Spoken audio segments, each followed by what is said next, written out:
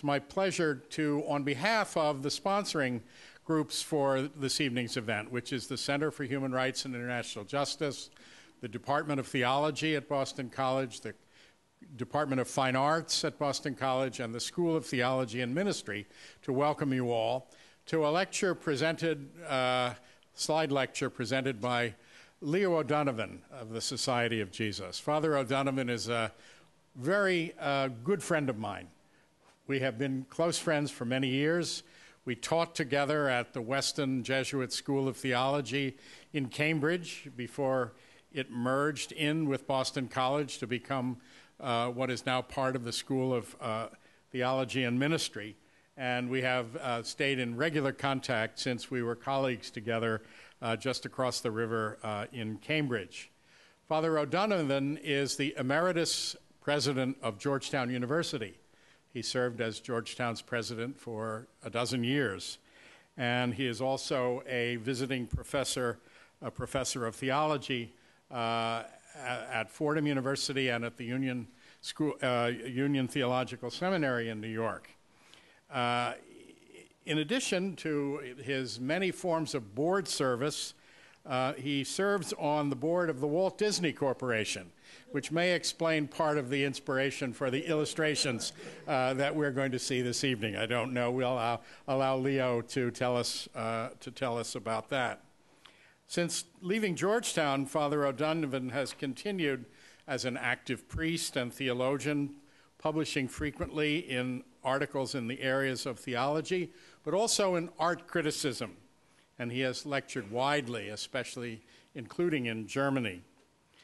Before serving at Georgetown as president, he was professor of systematic theology at the Weston Jesuit School of Theology in Cambridge. He served as the president of the Catholic Theological Society of America, and he has been an advisor to the Committee on Doctrine of the National Conference of Catholic Bishops. He's a native of New York City, a graduate of Georgetown, also of Fordham, of Woodstock College, and of the University of Münster, where he received his PhD in theology. He was in 1966 ordained as a Jesuit priest and has taught at Loyola College in Maryland, at Woodstock Union Seminary. Among his many awards include numerous honorary degrees.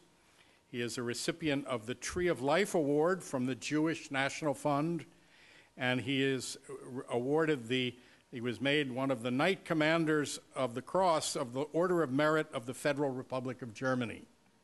So please join me in welcoming Father O'Donovan this evening for a presentation that bridges between human rights, the arts, and religion, a presentation entitled Taking Flight, When Jesus Was a Refugee, the Flight to Egypt in Western Art. Leo.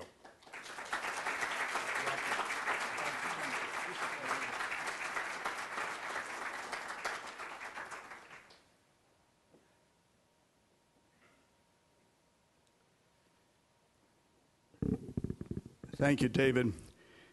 We have indeed been very good friends. And as I came from Logan this morning, I thought how amazing it is that years after we first worked together, I could be accepting an invitation from somebody I've always admired, came to admire more, worked with a lot, knew his family, he knew my family. We would count ourselves friends, but there are people here like Tessa and Nick who don't know what the gift of friendship can finally be and how it just floods you. You just are suddenly aware that it goes far deeper than you could imagine. I'm also very grateful that in the front row is your extraordinary emeritus president, Father Don Monin, who not only for this university, which he brought to the absolute heights,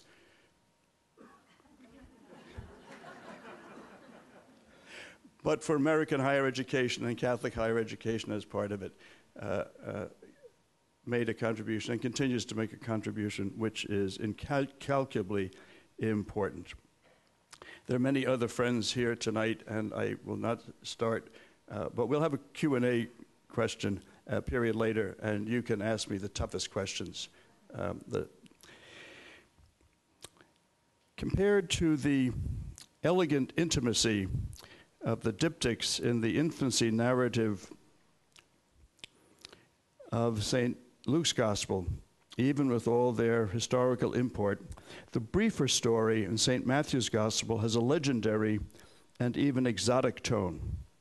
The fulfillment of 5 different prophecies, together with 5 dreams, structure the narrative, with Joseph as a central agent and protector of the Holy Family against the murderous King Herod. The story of the Magi from the East, searching for the newborn King of the Jews, serving as the first act of Matthew's 2nd chapter, has enchanted readers and artists through the ages. So is the 2nd act, with its interrelated scenes of the flight into Egypt, the slaughter of the holy innocents, and the Holy Family's return from Egypt. Let me read the text from the 2nd act, as I'll call it.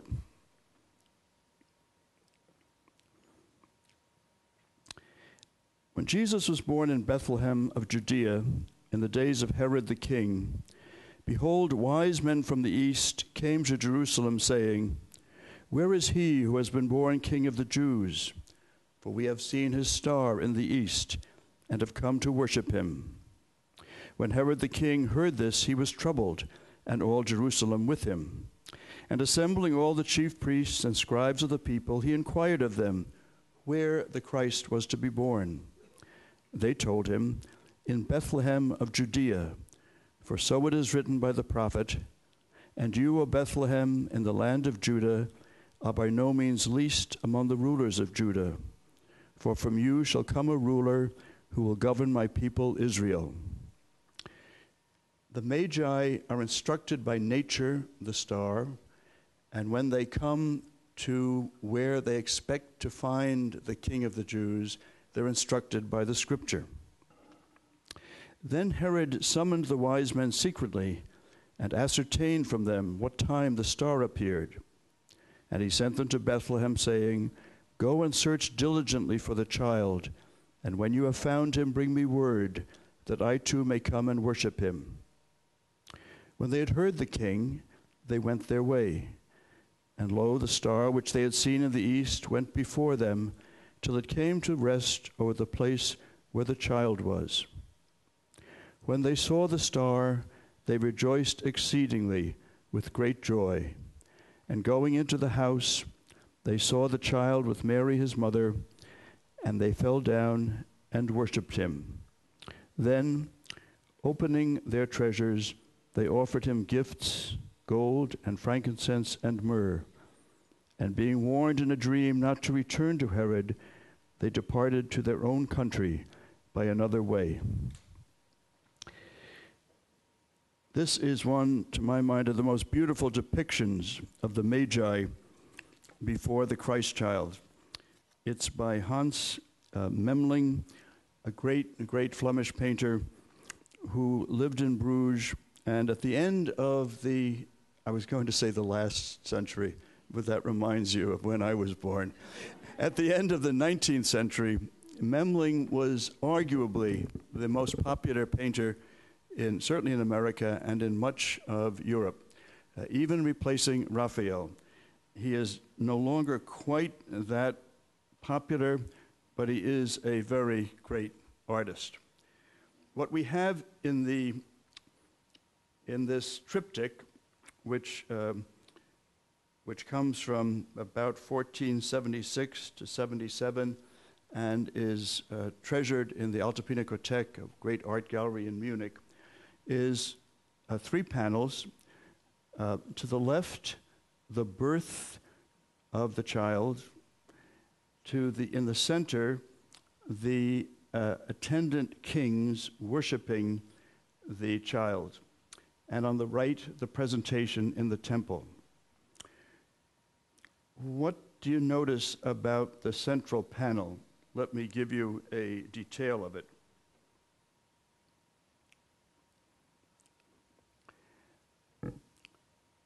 Well, first of all, other folks have arrived too. First, you might say, what I first notice is that it's so beautifully painted. The Virgin is as peaceful as could be imagined. The ox and the ass are where they belong, but of course, the Bible says nothing about them. But don't you have to have an ox and an ass? Of course. Typically, the eldest of the Magi is kneeling before the child, and then the next eldest, the younger, and this is 1475, and the third, Magus, has become a black figure. We, of course, don't know what color the Magi were. We don't even know how many there were. And the Bible does not tell us that there were three. The Bible tells us that there were three gifts. And from that came an inference that there were three Magi who, by the 4th century in the East and by the 6th century in the West, had become kings. Although there are no crowns here, you notice. This is a little bit earlier. We'll see that the iconography developed. Anyway, this is just to orient you to the visit of the Magi. Now, when the Magi departed, an angel of the Lord appeared to Joseph in a dream and said, "Rise, take the child and his mother and flee to Egypt, and remain there till I tell you. For Herod is about to search for the child to destroy him." And he, Joseph, rose and took the child and his mother by night and departed to Egypt and remained there until the death of Herod. This was to fulfill what the Lord had spoken by the prophet, "Out of Egypt I have called my son." In Matthew's gospel, as you know, the entire gospel is structured on a series of prophecies and fulfillment of the prophecies, because Matthew is writing primarily for a Jewish audience, which he wishes to persuade Jewish Christians they have made the right decision. The Christianity is the fulfillment of their original faith. I'm going to concentrate tonight, obviously, according to the title, not on the visit of the Magi, but on what follows immediately in Matthew's gospel, and that is the flight into Egypt, because Joseph becomes aware in a dream somehow that Herod intends to seek out the child and kill him. This is I'm cheating because I so love the Cathedral of Chartres that if I put it up on the screen and look at it here on the screen in front of me, I feel so happy I think nothing can go wrong. This is a rondel, a little round window from the Incarnation window, which is on the west front of the Cathedral of Chartres, which means the oldest part of the cathedral in both statuary, construction, and windows. There was a great fire at the Cathedral of Chartres, which had been built 4 times, and in 1194, the building was almost completely destroyed, but the west front, the gorgeous sculpture around the doors, the 3 big lancet windows, and those are windows tall with a slightly curved top, not roses, and the La Belle Dame de la Verrière, a window of Mary with the child, that glass was also saved. So there is one of the 3 windows is of the Incarnation, and in it is this wonderful little round window of Joseph. Matthew describes him as the protector. He is the chief agent in the infancy narrative of Matthew, as Mary is the chief agent in the infancy narrative of Luke. One of the things I love about this is its utter simplicity. It restricts itself to just what the gospel text gives us. They fled into Egypt. It's also, of course, true that it's a small window, and it suits the artist's purposes not to have too many figures. Here is another less evangelical panel from the infancy window at Chartres. And what is it? Well, it's the Holy Family on their way to Egypt in the town of Sotinen, which by the mid-12th century, when this window was made, had become part of the legends that accrued to the whole infancy narrative, and in particular, the flight into Egypt.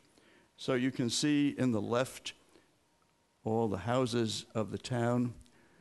What's going on there? The artist wants you to imagine that the Holy Family stopped here, but he also just loves describing this imaginary city, which I think he does wonderfully.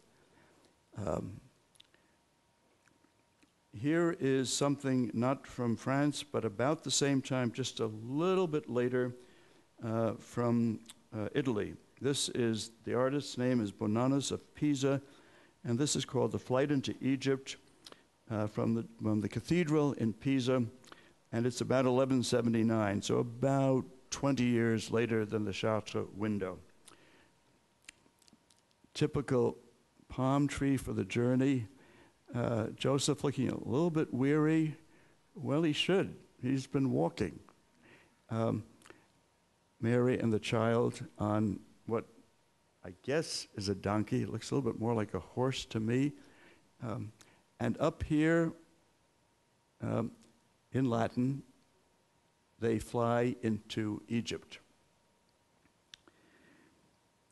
Here is a considerably later and I think very beautiful depiction of the flight into Egypt by Duccio. This is about 1308 to 1311. It's from his famous Maestà, or major altarpiece of Mary in Majesty for the Cathedral of Siena. Has anybody here been to Siena? And did you get, I hope, to the Duomo Museum to see the Maestà by Duccio? For those of you who haven't been, talk to the hands that went up and sell your life savings, go next week. It is so beautiful a work of art, and at the same time so holy that it will bring you to your knees. When Duccio finished it, it was carried from his studio to the cathedral to be placed over the high altar as though it was a sacred relic. The whole city by this time knew him.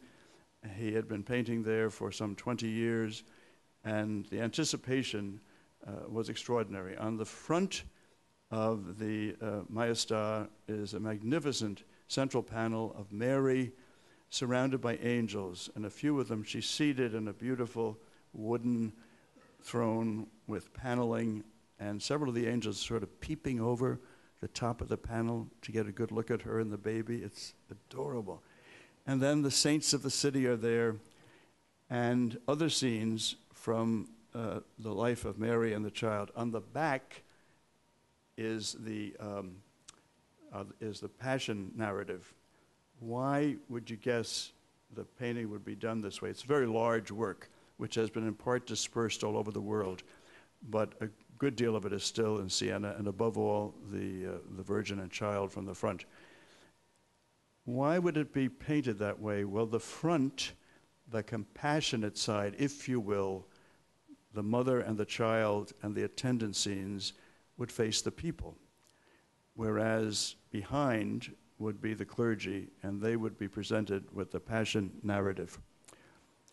What's distinctive here is, for Duccio and the Sienese in general, is the landscape, which looks to us quite fantastic. Well, nobody had painted landscape before. You don't see landscape in Byzantine painting. So he's at once inventing what can be read as landscape and evoking some of the surrounding country. Who else is in the scene? Well, a guide has appeared to the right to lead them on. What about this figure? What would you guess he is? Well, late medieval art, Renaissance art as well, is less concerned with chronology and strict history as it is with the multiplicity of symbols. That's Joseph having the dream which made him aware of the threat from the murderous king to the child.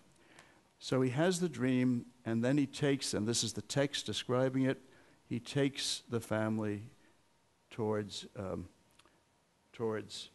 Egypt. Notice the way she looks back at him. For those of you who know the great Duccio in the Metropolitan Museum of Art in New York, which the museum bought in 2004 for $45 million, it is as big, literally exactly as big as this legal piece of paper.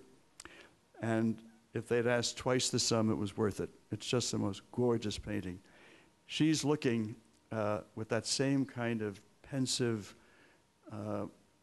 melancholy, loving expression on her face. Why? Well, they're in danger, for one thing. And here they're in danger. In the painting in the Met, it's almost inevitably conveyed that she knows that this child is born to lead a life that will end with human tragedy, though for us with divine salvation.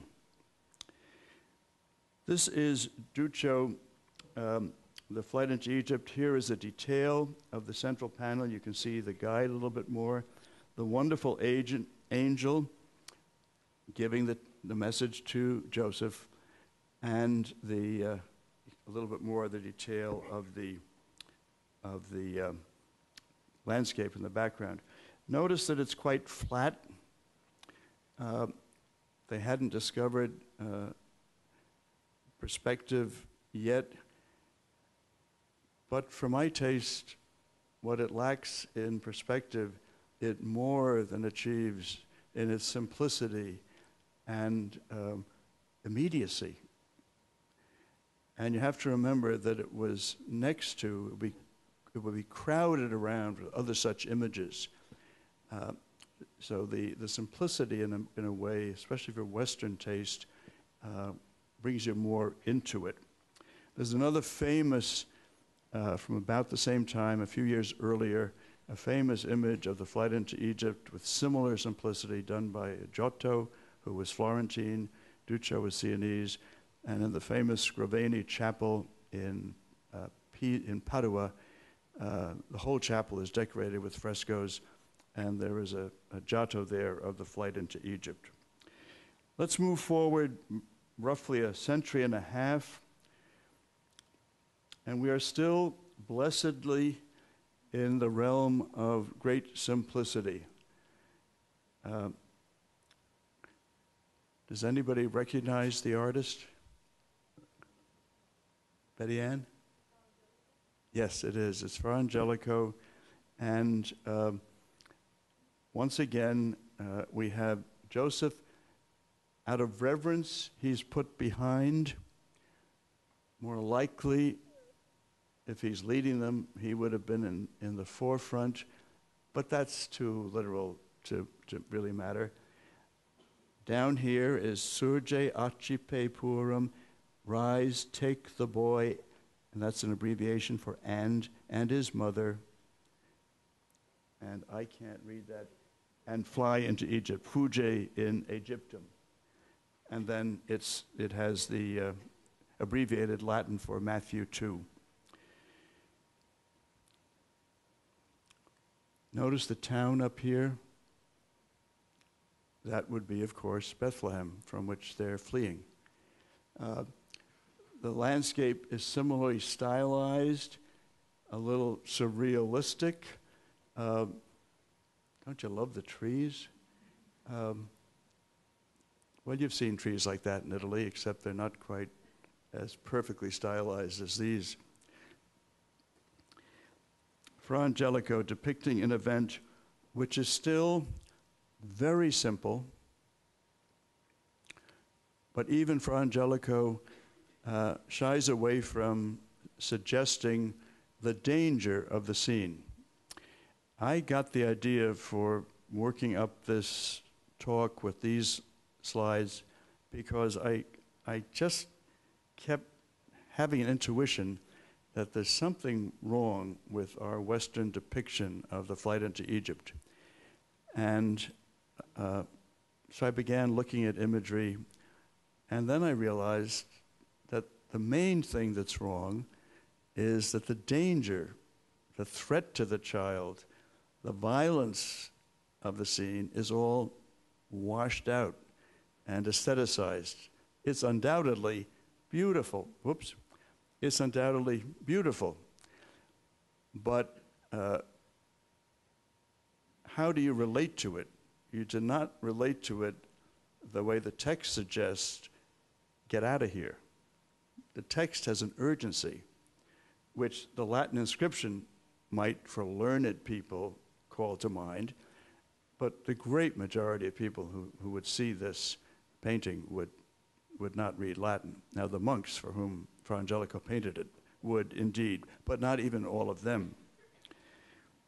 This is about 1450, and it's from San Marco, which is why I said the monks would, the Dominican monks, he was a Dominican, and San Marco was the great Dominican convent in Florence, right next to the academy where the David is. And these, there are many paintings in the cells of the monks, and this would be one of them. 50 years or so later, the great German artist Albrecht Dürer did this etching, which comes from your Boston Museum of Fine Arts. Don, I apologize, I have nothing from Boston College's art collection, but I did not dare to come up here without showing you something from Boston. So here is a great, great etching by Albrecht Dürer of the flight into Egypt. There is also, he did a number of versions of the theme of the flight, including the sojourn in Egypt, and there's a very good etching of that out in Williamstown at the Francine and Sterling and Francine Clark Institute. So we have now a more elaborate scene. She got that hat in the straw market in Florence. We now have not just the donkey, but the ox that has apparently left the stable to go out with them. He'll be very useful in Egypt. Wonderful, intricate suggestion of little fencing here. They're about to cross a bridge.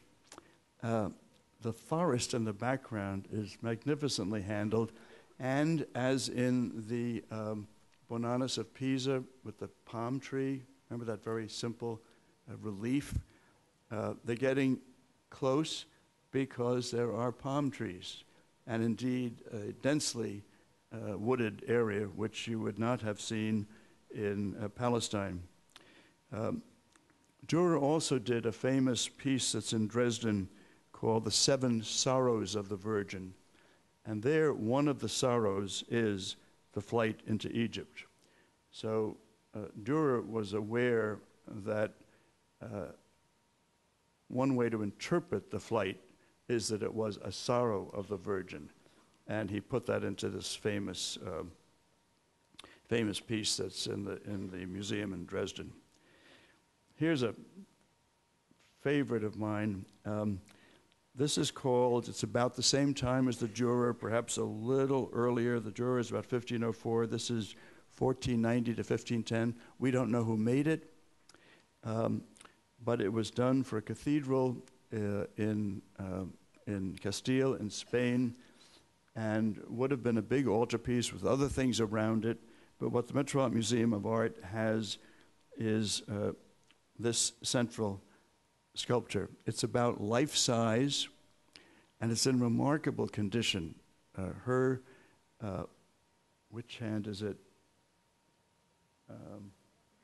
Her left hand is slightly injured. Some of the fingers are broken. The things that go first on sculpture are fingers and noses, and her left hand is a bit damaged. But otherwise, it's in wonderful condition. The face, which of course has been somewhat restored, the face is unmarred. The little boy is wondering, where are we going? Are we in Egypt yet? Remember taking your children on trips, and they would say, as soon as you left the bridge, are we in New York yet, or are we in Worcester yet? She's looking slightly askance at him. I love that. I don't want to read too much into that. I don't want to read that she's worried, but every mother in the room has looked at a child like that at more than one point, and so have fathers and not a few teachers when the children grew up. The garments are, the whole statue is polychromed, that is to say, painted with multicolors, and the border here is marvelous. I'll show you some details. Notice the top of her tunic, and there's a beautiful border on it, and over that is the very rich cloak, which had that trim that I showed you. These are angels, and they had two different barbers. Are they certainly angels? No. They could be little boys, but a friend of mine in the medieval department says she thinks they're angels, and it'd be nice to have angels for a change without wings, just wonderful figures who are obviously there to be helpful to the family. It's called the miracle of the palm tree. Now this is a typical moment in the development of the theme of the flight into Egypt, where an artist would say, well, now, what happened to them? They must have encountered things on the way. They must have gotten hungry, for example. So if God's son and the mother of God and her husband are hungry, God will surely provide food for them. So the palm tree, with the help of the angel, bends down, and Joseph picks the fruit. So that's the legend. This is the left side of Joseph's shoulder and arm, and it's incredibly detailed and preserved with this wonderful scarlet. What are some of the more formal characteristics which give this piece great quality, even though it's by an unknown craftsman, and I don't claim it's the greatest piece of art in the Metropolitan Museum, but it is a very good piece. Well, notice how the palm tree bending frames the whole piece. And notice how the empty space gives it a dynamism. If that space was filled in, it would be much less interesting. The space down here is also enlivening by its very emptiness. This would become, in the late 19th century and 20th century in modern sculpture, highly prized as what is called in modern sculpture negative space. It's space, but it's not filled in. And the donkey, I mean, is he as big as Mary? If so, just. This is about 1490 or 1510 in Castile, Spain.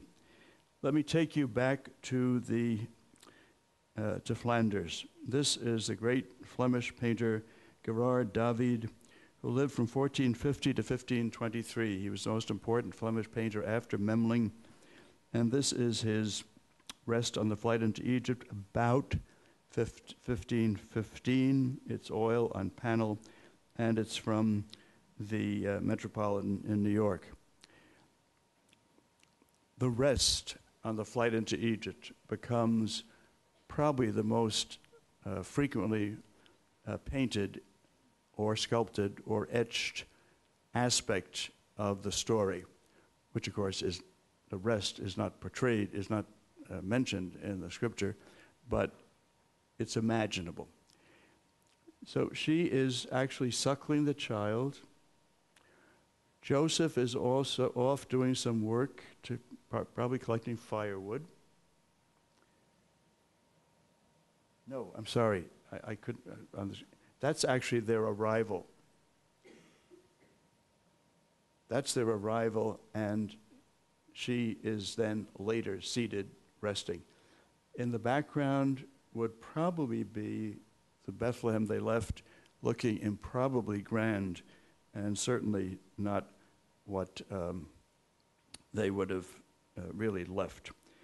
This is about 1515.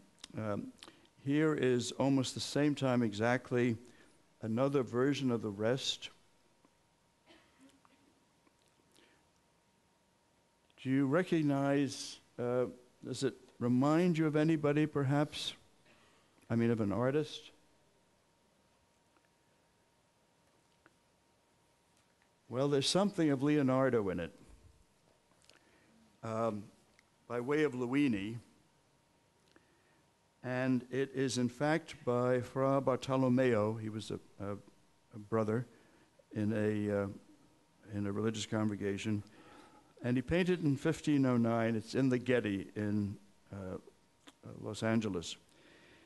He is also known as Baccio della Porta because he had a studio near the gate of the town and was talkative. He apprenticed with Cosimo Roselli and was very influenced by Cosimo's assistant, Piero di Cosimo, whom we have a number of beautiful sculptures by in New York and Boston. He was also influenced by Ghirlandaio and Filippino Lippi.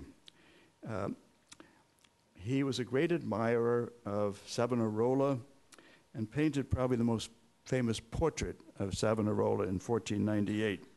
He became a Dominican in 1502 and joined San Marco in the next year. Raphael visited Florence in 1508, roughly, we think, and he helped Fra Bartolomeo with perspective, color, and light. So you could also say to me, well, Leo, I see Raphael more than Leonardo, and that's what makes for another glass of wine. That's the conversation of connoisseurs. Whom do you see more?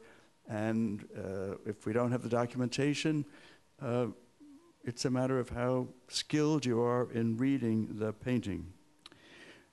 But the reason I mention it is that Fra Bartolomeo, in having this advice from Raphael, becomes a representative of the transition from the detailed realism of the 1400s to the idealized grandeur and rhythmic nervousness, if you will, of high Renaissance art in the 1500s.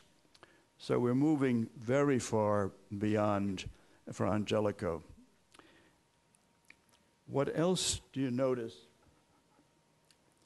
This, by the way, is the family on their flight. This is the rest. And what do you notice? He has brought in John the Baptist, who does not appear in the Matthean story of the flight into Egypt. Well, what does that matter?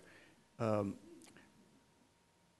not ardently literal about whether the figure appears in the gospel, but each evangelist writes with a certain point of view and tells his story with certain characters who have a certain place in the narrative. And this confuses you.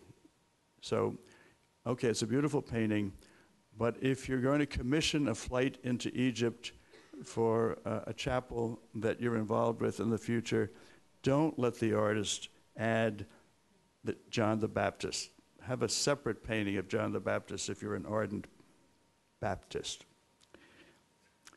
Here is a painting that's just a little bit later by Joachim Patenier.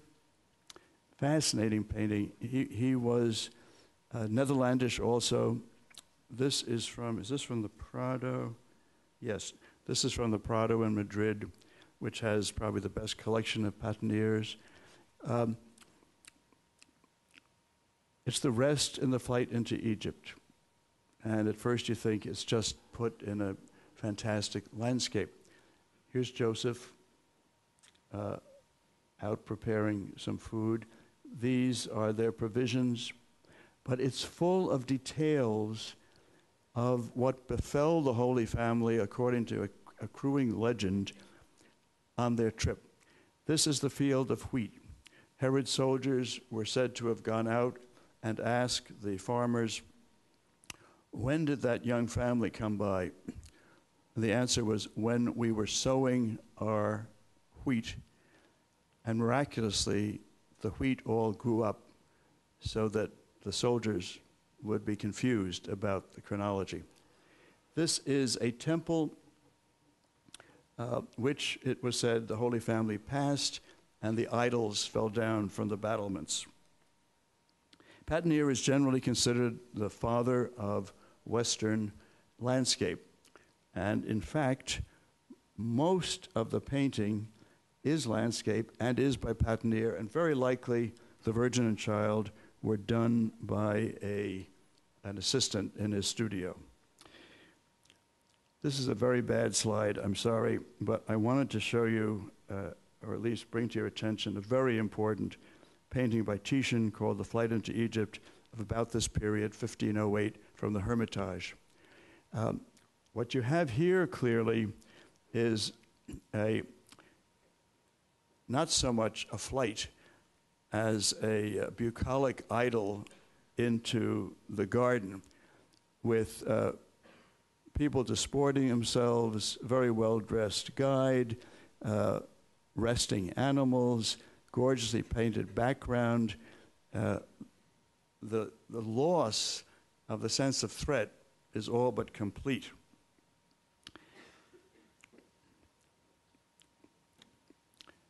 Now, talk about the sense of threat. You know who this is, don't you?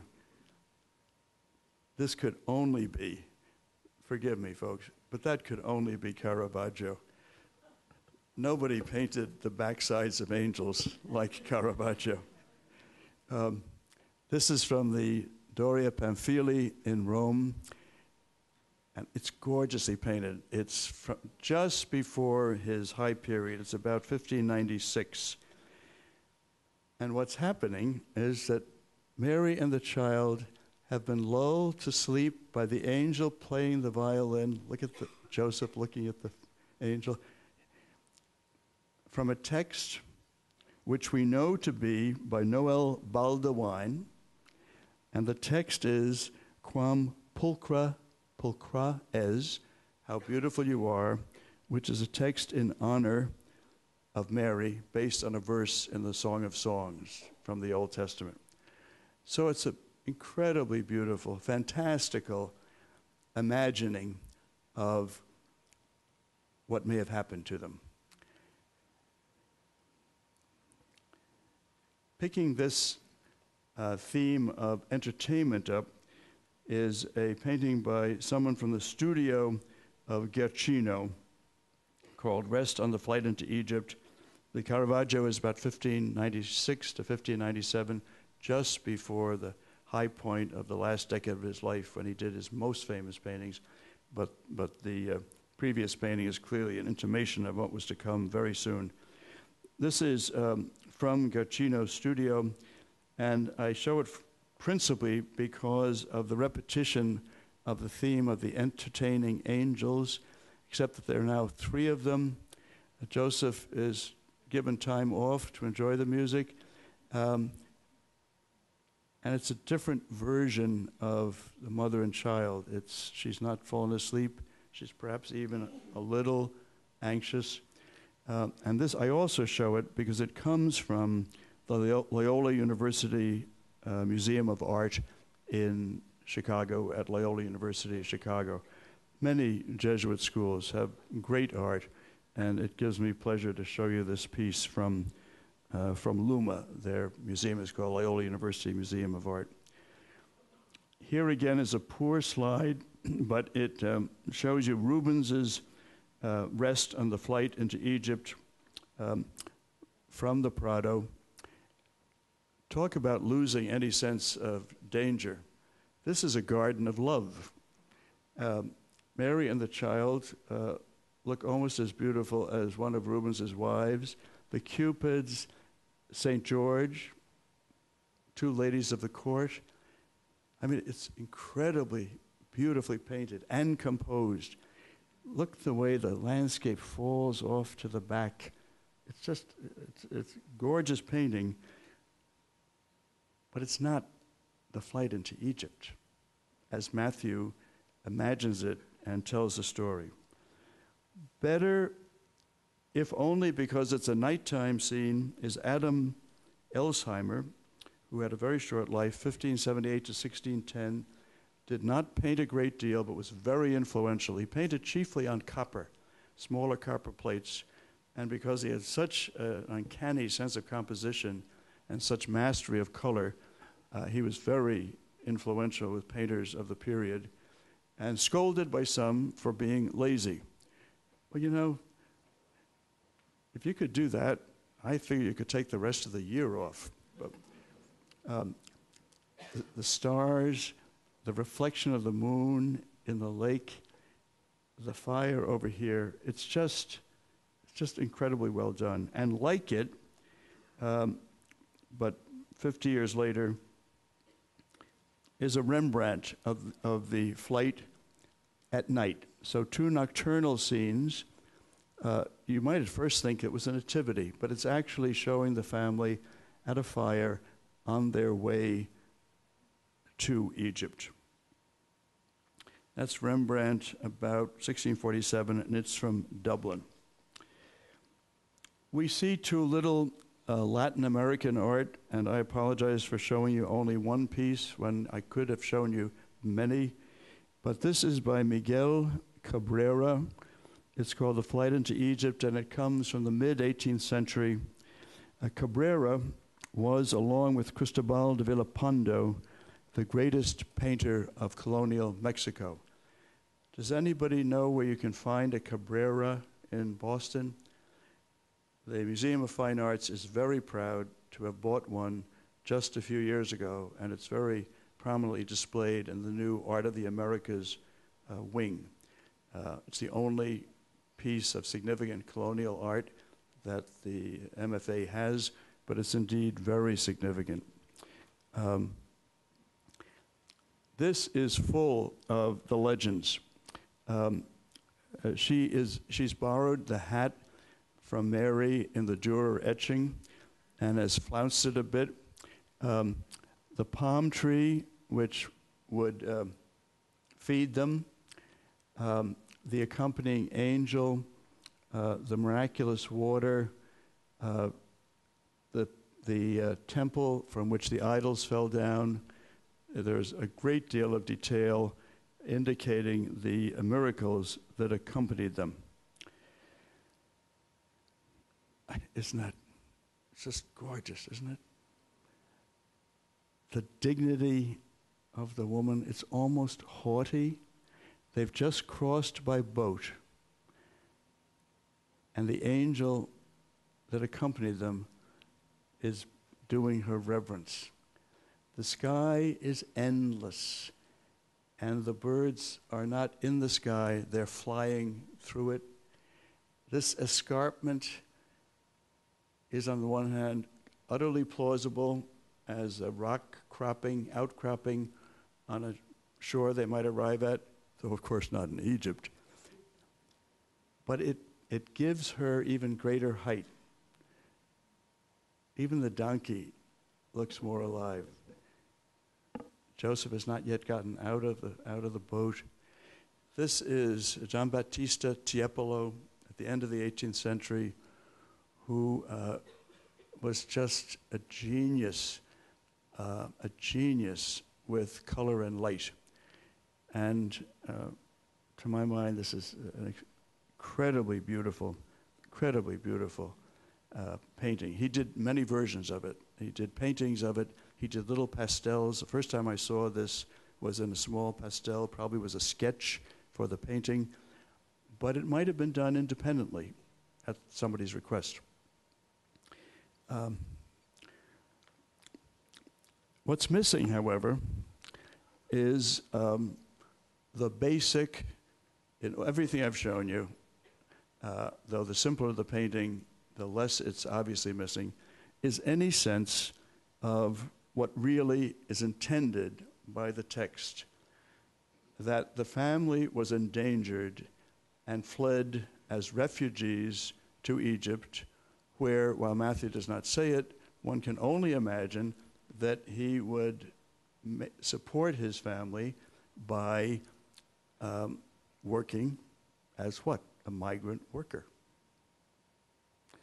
So the text, for the language of today, is about how the Son of God, the Messiah, which is Matthew's principal intention in the infancy narratives, is to show you that Jesus is the Messiah, the anointed of God, was sent into exile and was brought back the way Israel went into indenture in Egypt and was brought back by God's grace.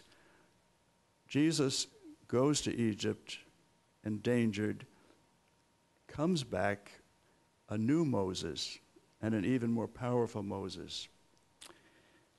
So, can we find that anywhere?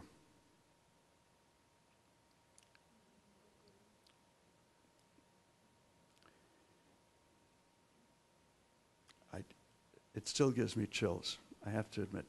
This is, of course, Dorothea Lange, who made this photograph in 1936. It's called Migrant Mother.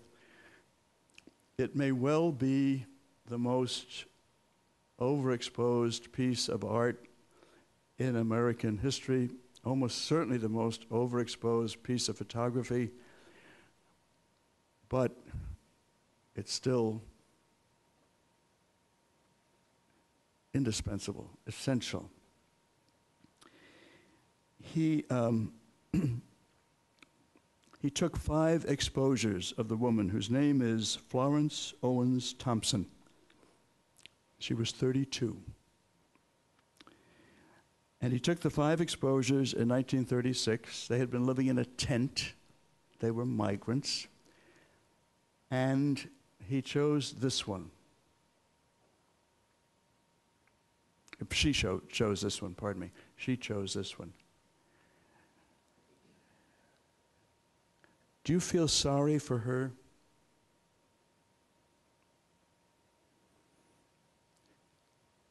I think you are troubled by her circumstances, and you might feel compassionate.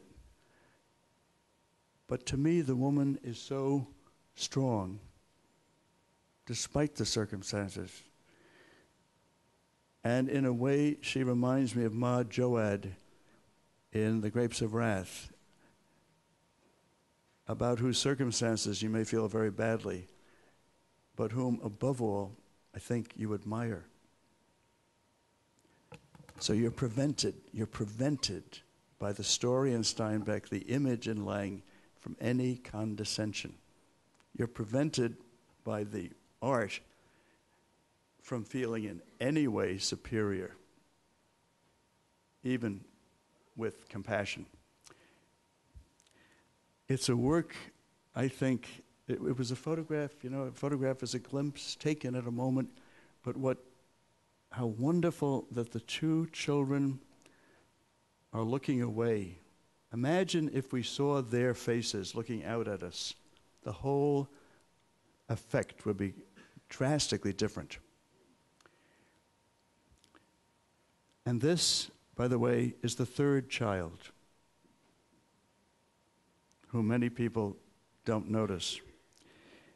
Lange said, a camera is a tool for learning how to see. A camera is a tool for learning how to see. Well, somebody shot this image. This is a flight, except that the refugee woman in Kenya at the Kakuma refugee camp has probably been in this camp for many years. David tells me that the average length of stay is something like 15 years. The Kakuma refugee camp is a modest-sized city of 90,000 in the desert of northwest Kenya.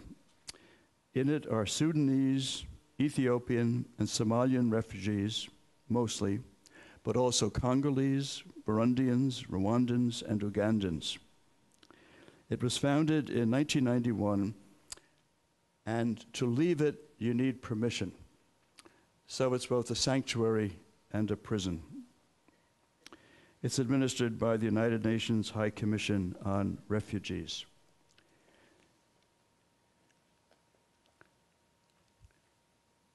This woman should know that Mary's been there and that she's not wearing a dress out of Rubens's atelier. Here are 3 black artists who, I'm going over time, I'm sorry, is it okay? Here are 3 black artists who, to my mind, have wrestled with the theme of the flight into Egypt and accompanying issues. This is Henry Ossawa Tanner, who was born in 1859 in Philadelphia and died in 1937 in Paris. A great black artist who studied under Akins and met such prejudice that he left Philadelphia for Paris. He came back at a certain point and tried to live again in America, but he found it too difficult. He had also met a white woman whom he fell deeply in love with, and she with him, and he met her at Barbizon in France, where a lot of French artists painted. He had a triumph at the Paris Salon in 1895 when he exhibited The Raising of Lazarus, a very fine, very realistic, but very fine painting, very atmospheric, of Jesus raising Lazarus from the dead. It looks possible. He was invited then to show it in America, and as he came back, this was an example of what he had to endure. The paper in Baltimore, where the painting was going to be shown, wanted a picture of him, but of course they didn't know who he was. And so he tells the story that they sent a photographer down to the docks and took a photograph of the first black stevedore they saw. That was Henry Ossawa Tanner for the public. But the painting was recognized. There's a marvelous painting of the Annunciation from the 1890s as well, which some of you know. We have a great reproduction of it at in America House, where I live. It shows a very, very Middle Eastern girl sitting on more a pallet than a bed in a very ordinary shawl, and she's looking up, startled, and to the left is just a blinding flash of light. It's called the Annunciation. It's brilliant. Well, this is one of his 2 favorite subjects. His favorite subjects were the Good Shepherd. That would appeal to a member of oppressed blacks in the 1890s and on, and the flight into Egypt. This is Tanner's flight. It's one of the 15 versions he did. This is 1923. There's a guide in a white burnous and a white cloak. They've just come through an archway. They're arriving in someplace in Egypt. He's carrying a lantern. The donkey casts a shadow on the wall. Mary is huddled. Joseph is also wearing typical Middle Eastern gear. The cast of characters is minimal. The picture is given a certain grandeur, however, by these arches, which are repeated over here. And it's like the event itself, hard to capture exactly. It's mysterious. I think it's a work of genius. You can only see it now at the Met in New York in visible storage. But when the new American wing opens, go down to see it. And if it's not in a good place, join me on the street outside for a protest. This is another black artist, James Lesson Wells, born in 1902, so older. He studied at Columbia eventually, and while he was at Columbia College, he went out to the Brooklyn Museum and was dazzled by African sculpture he saw there. He was also influenced by Dürer and German expressionists. He taught at Howard University for almost 40 years, and his specialty became color linoleum prints. But this is a painting of the flight into Egypt from his mid-career, 1931. You see the influence of the German expressionism in the very heightened colors.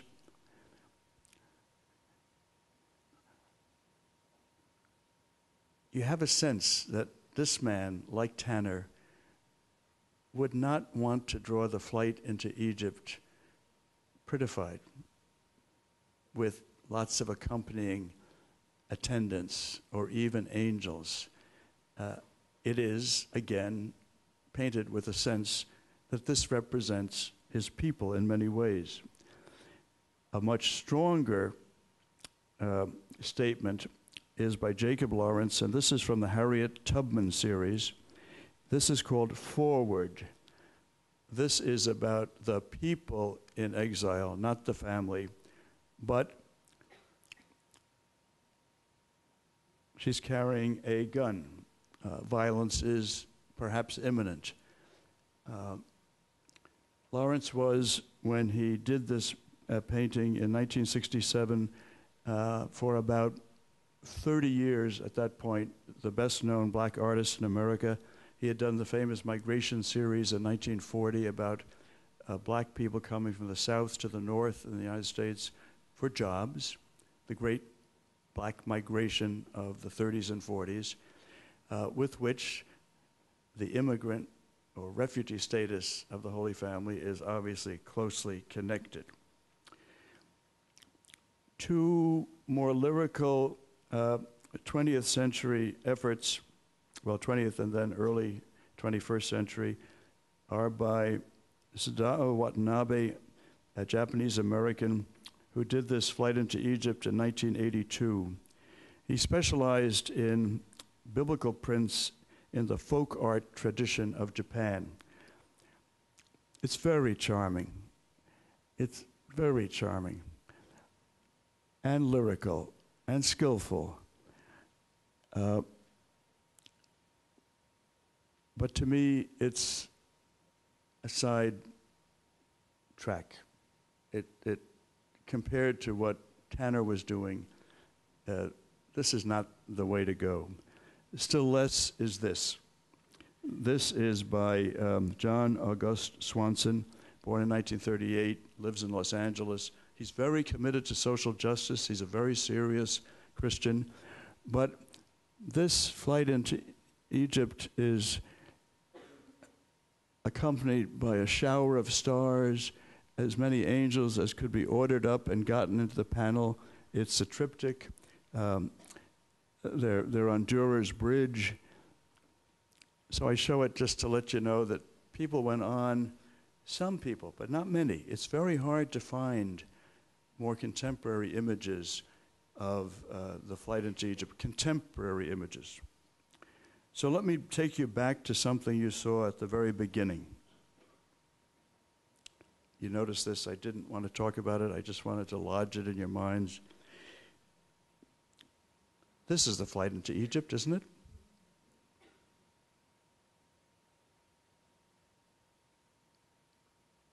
This is by Eastman Johnson, 1862.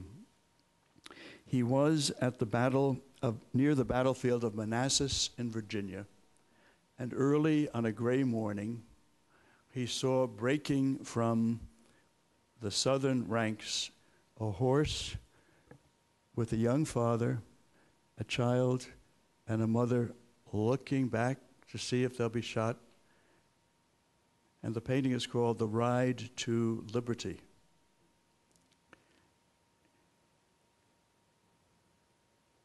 They're escaping the oppressive South, but to me, it's a marvelous image of the Holy Family in flight, taking flight. It's not nearly as big as this, of course, and one of the things I haven't paid enough attention to in the course of the evening is scale, because this painting is about so big. It's in the Brooklyn, and it's very fuzzy because it's early morning. And what he wants to convey is flight, and the more detailed he would paint anything, the horse, the landscape, the figures, the less it would look like flight in the early morning. To me, it's a magnificent image of what we've been talking about. But I still love the folk story, and I imagine that the Holy Family, if they pay attention to earthly art, still think, well, it was nice to appear that way. You know, it was not perhaps our biggest box office success, but it was certainly a lovely way to appear. And this was a great way to appear. If I had to choose among all the images, I suppose I would go back to Tanner. Or maybe this, which you saw as you came in. This is by a refugee in the Kakuna refugee camp, and David bought the copy of it in Nairobi? In Nairobi for, I think you told me, 65 cents in equivalent. This is by a refugee, of refugees. And doesn't it make you feel like a refugee? I mean, don't you identify with these people? The simplicity, for all the unschooled qualities, but the simplicity and the sense of line and color and proportion is pretty extraordinary. Also, they're black. And this is, David tells me it's a family of antelope. It might even be an impala? Might be an impala. The touch that it's from that part of the world is terrific. In short, the art that has interpreted a very powerful and, in fact, quite political brief text begins in some of the more modern and contemporary pieces I've shown you to approximate the power of the biblical text, and begins to be in a position to speak to other refugees from the refugees that the Holy Family were. An identification and an encouragement becomes possible when we have work like this. Perhaps people at Kakuna would find it fascinating to see these ravishing Tintorettos and Tiepolos and Rubens and Titians. Perhaps not, but I don't think they'd be encouraged to feel that the lot of the artists was shared with them, whereas here they are. And I think that's a real achievement. So I happily end with that. Thanks very much.